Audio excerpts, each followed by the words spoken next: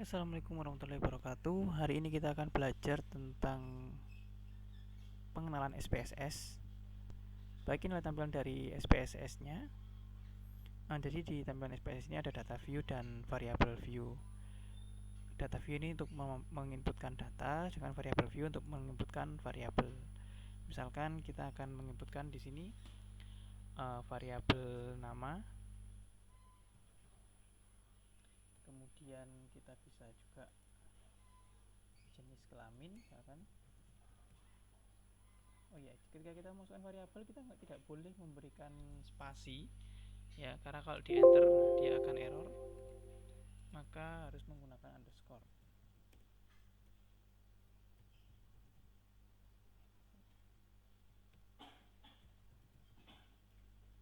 Oke.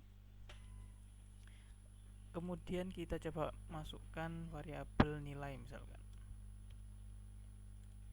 Nah, di sini kemudian ada tipe datanya. Jadi kalau misalkan nama itu dia adalah string. Nah, kenapa? Karena nanti ini berupa huruf. Jadi bedanya nanti kalau numerik itu datanya bisa diolah atau bisa dihitung seperti itu. Nah, kemudian measure-nya itu kita pilih yang nominal. Selanjutnya ada jenis kelamin. Jenis kelamin sebenarnya string, cuman kita akan buat dia numerik karena dia akan kita berikan sebuah value. Jenis kelamin kita kasih value misalkan 1, ini untuk laki-laki. Kemudian 2 itu untuk perempuan. Fungsinya adalah agar ketika kita menginputkan jenis kelamin tidak perlu menginputkan satu-satu. Maksudnya menginput satu-satu ini menginputkan laki-laki, perempuan, laki-laki, perempuan. Kita cukup menginputkan angka 1 atau 2 saja.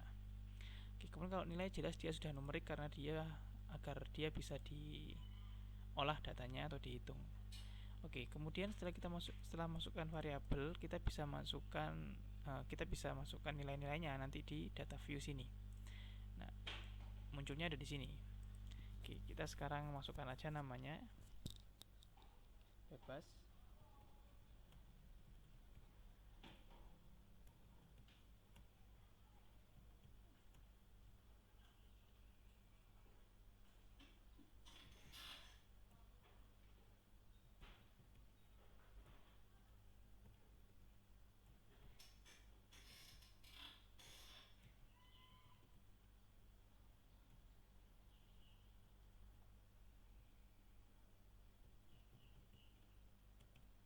Oke, anggap aja ini namanya. Kemudian jenis kelaminnya, nah, kita bisa masukkan dia 1, 2.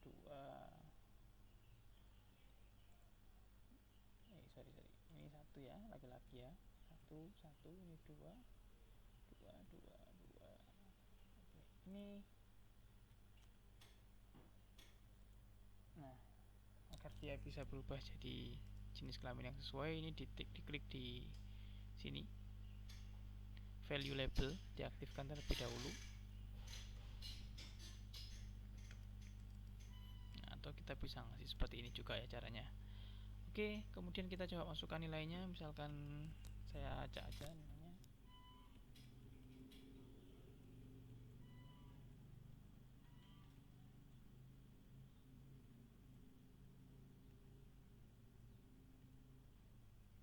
Oke. Setelah kita masukkan data-datanya di sini, nah sekarang kita coba olah datanya. Misalkan kita akan mencari rata-ratanya, itu kita bisa ke analyze ya. Misalkan ini ada frequencies dan deskriptif. Saya akan coba satu-satu dan teman-teman silakan cari tahu perbedaannya. Nah, yang kita olah adalah nilai, kemudian statistik. Nah, itu dari median, modus ya. Nah, ini banyak yang lainnya juga, tapi pertama kita pakai ini 4 ini aja dulu ya. Yang central tendency. Setelah itu kita continue. Kita klik OK. Nah, munculnya dia di output ya. Jadi nanti dia itu ada tempatnya inputan, ada output. Nah, munculnya di sini.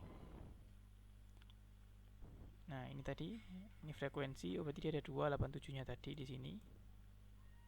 Ini 87 dan 87 ini. Kemudian ini ada median, median, modus, dan ini jumlah ya, sum.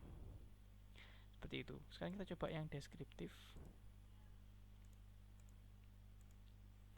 Nah, kalau deskriptif tampilannya akan seperti ini. Ya, hampir sama tapi nanti ada perbedaan juga. Nanti akan dipelajari di pertemuan-pertemuan selanjutnya. Nah, tampilannya akan seperti ini untuk deskriptif. Kemudian ada juga kalau kita mau menampilkan chart ya, letaknya di sini di analyze, deskriptif, statistik, di frekuensi sama kayak tadi. Nah, ini tempatnya variabel yang akan kita olah. Jadi kita bisa menampilkan diagramnya itu di chart. Misalkan kita bisa pilih histogram atau pie atau bar, bebas. Nah, histogram kita kemudian klik continue, kita klik OK. Nah, dia akan tampil di sini. Nah, seperti itu untuk menampilkannya ya. Nah, kemudian data inputan sama outputan ini bisa di save atau disimpan agar teman-teman ketika suatu saat nanti mengolah datanya belum selesai diolah, itu bisa disimpan terlebih dahulu. Jadi tidak perlu mengulang dari awal lagi. Kemudian data-data outputan ini bisa juga menjadi bahan, misalkan hasil penelitiannya bisa ditampilkan di jurnal atau skripsi yang sedang teman-teman teliti suatu saat nanti.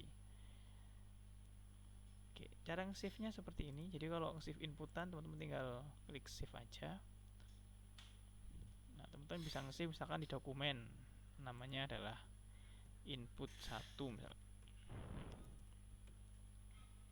Teman-teman bisa diklik save aja. Kemudian outputnya juga bisa di save ya. Jadi ini terpisah. Save. Misalkan output 2. Save aja. Nah, dia akan sudah tersave dan ketika dibuka dia tampilannya akan seperti ini nanti.